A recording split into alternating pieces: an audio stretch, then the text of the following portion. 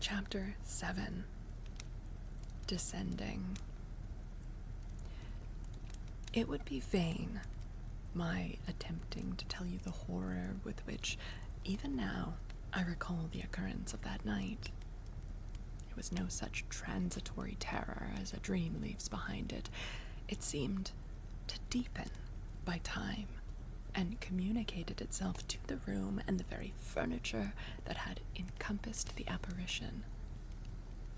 I could not bear next day to be alone for a moment. I should have told Papa, but for two opposite reasons. At one time I thought he would laugh at my story, and I could not bear its being treated as a jest. And at another, I thought he might fancy that I had been attacked by the mysterious complaint which had invaded our neighborhood. I had myself no misgiving of the kind, and as he had been rather an invalid for some time, I was afraid of alarming him.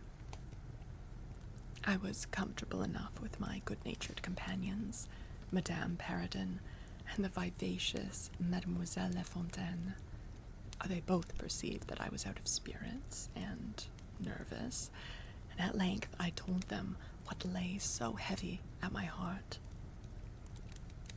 Mademoiselle laughed, but I fancied that Madame Perrodon looked anxious.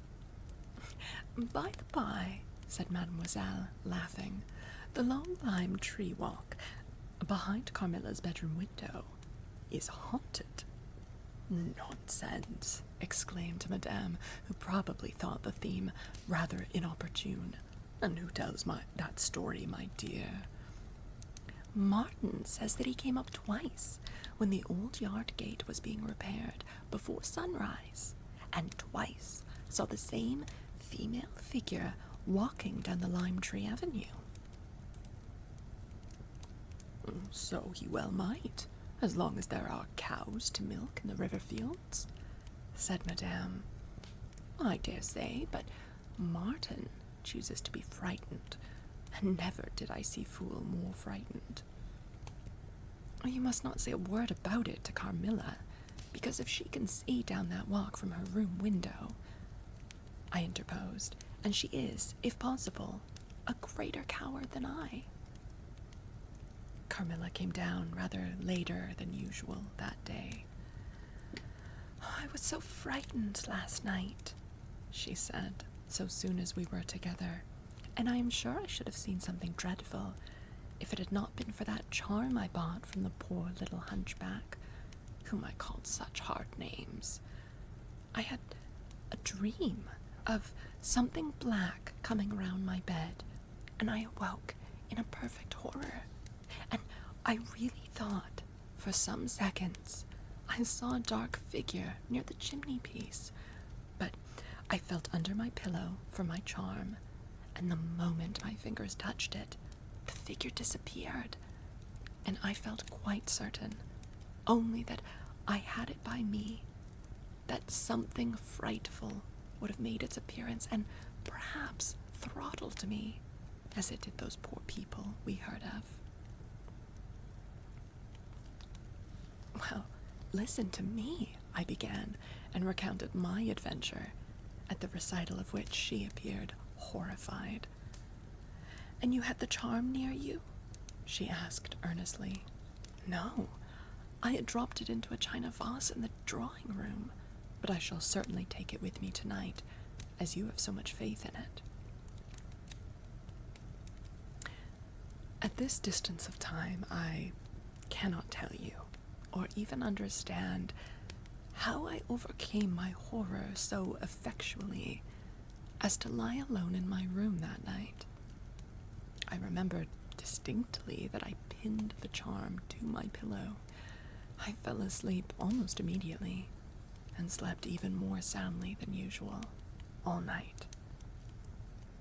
Next night I passed as well. My sleep was delightfully deep and dreamless, but I wakened with a sense of lassitude and melancholy, which, however, did not exceed a degree that was almost luxurious. "Well, I told you so," said Carmilla, when I described my quiet sleep. I had such delightful sleep myself last night. I pinned the charm to the breast of my nightdress. It was too far away the night before. I'm quite sure it was all fancy, except the dreams. I used to think that evil spirits made dreams, but our doctor told me it is no such thing, only a fever passing by or some other malady, as they often do, he said, knocks at the door, and, not being able to get in, passes on with that alarm. And what do you think the charm is? Said I. It has been fumigated or immersed in some drug, and is an antidote against the malaria, she answered. Then it acts only on the body? Certainly. You don't suppose that evil spirits are frightened by bits of ribbon or the perfumes of a druggist's shop? No. These complaints, wandering in the air, begin by trying the nerves, and so infect the brain. But before they can seize upon you, the antidote repels them. That, I am sure, is what the charm has done for us. It is nothing magical. It is simply natural. I should have been happier if I could have quite agreed with Carmilla, but I did my best, and the impression was a little losing its force. For some nights I slept profoundly, but still, every morning I felt the same lassitude, and a languor weighed upon me all day. I felt myself a changed girl. A strange melancholy was stealing over me, a melancholy that I would not have interrupted. Dim thoughts of death began to open, and an idea that I was slowly sinking took gentle and somehow not unwelcome possession of me. If it was sad, the tone of mind which this induced was also sweet. Whatever it might be, my soul acquiesced in it. Now, I would not admit that I was ill. I would not consent to tell my papa, or to have the doctor sent for. Carmilla became more devoted to me than ever, and her strange paroxysms of languid adoration more frequent.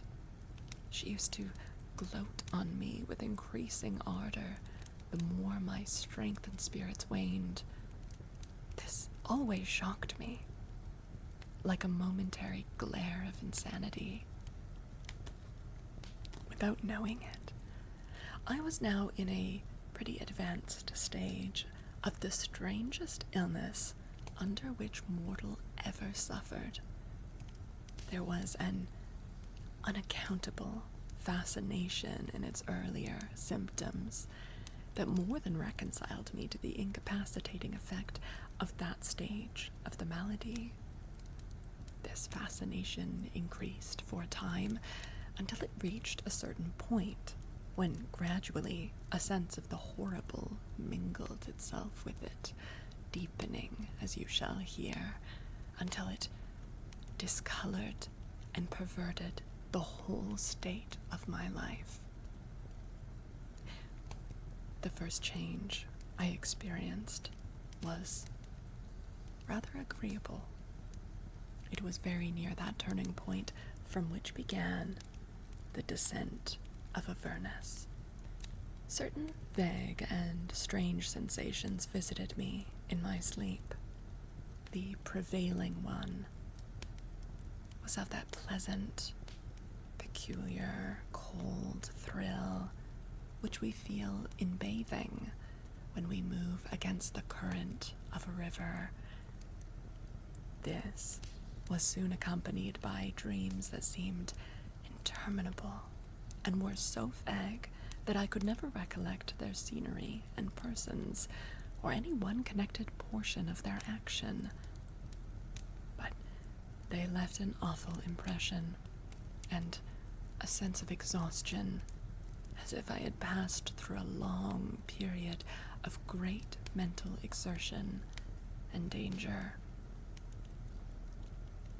After all these dreams, there remained on waking a remembrance of having been in a place very nearly dark, and of having spoken to people whom I could not see, and especially of one clear voice of a female's, very deep, that spoke as if from a distance, slowly, and producing always the same sensation of indescribable solemnity and fear.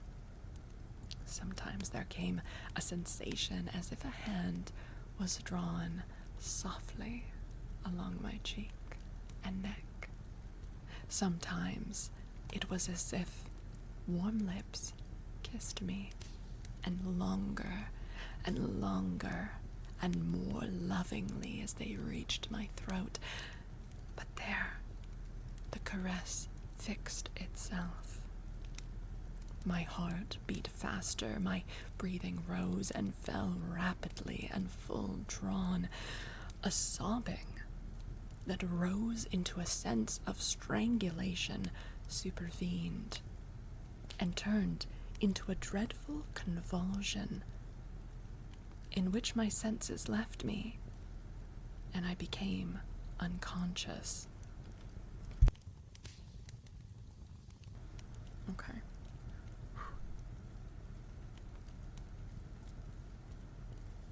All right. It was now 3 weeks since the commencement of this unaccountable state. My sufferings had, during the last week, told upon my appearance. I had grown pale. My eyes were dilated and darkened underneath, and the languor, which I had long felt, began to display itself in my countenance. My father asked me often whether I was ill, but with an obstinacy which now seems to me unaccountable, I persisted in assuring him that I was quite well. In a sense, this was true. I had no pain. I could complain of no bodily derangement. My complaint seemed to be one of the imagination or the nerves, and horrible as my sufferings were, I kept them, with a morbid reserve, very nearly to myself. It could not be that terrible complaint which the peasants called the upire, for I had now been suffering for 3 weeks, and they were seldom ill for much more than 3 days, when death put an end to their miseries. Carmilla complained of dreams and feverish sensations, but by no means of so alarming a kind as mine. I say that mine were extremely alarming. Had I been capable of comprehending my condition, I would have invoked aid and advice on my knees. The narcotic of an unsuspected influence was acting upon me, and my perceptions were benumbed. I'm going to tell you now of a dream that led immediately to an odd discovery. One night, instead of the voice I was accustomed to hear in the dark, I heard one, sweet and tender and at the same time terrible, which said, "Your mother warns you to beware of the assassin." At the same time, a light unexpectedly sprang up, and I saw Carmilla standing near the foot of my bed, in her white night dress, bathed from her chin to her feet in one great stain of blood.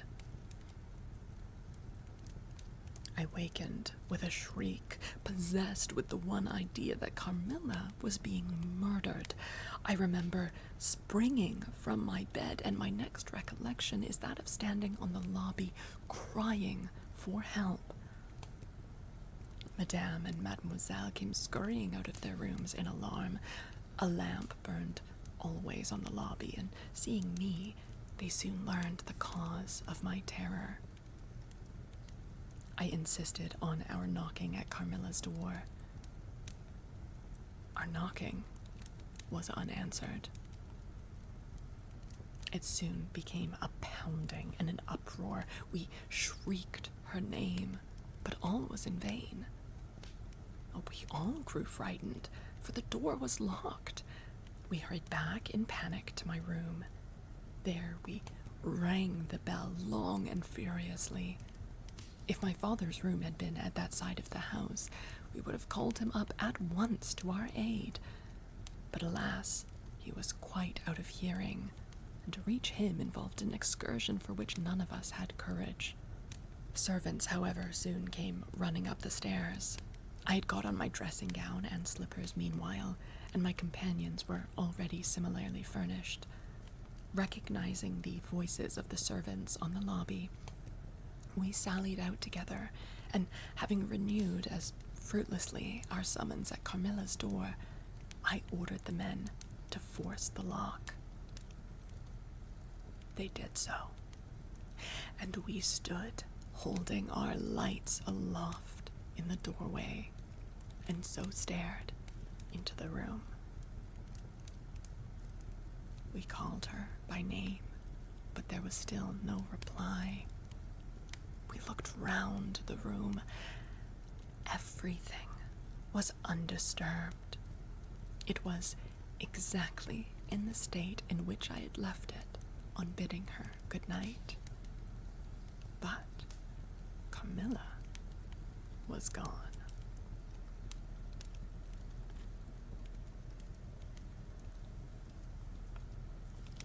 This is awesome.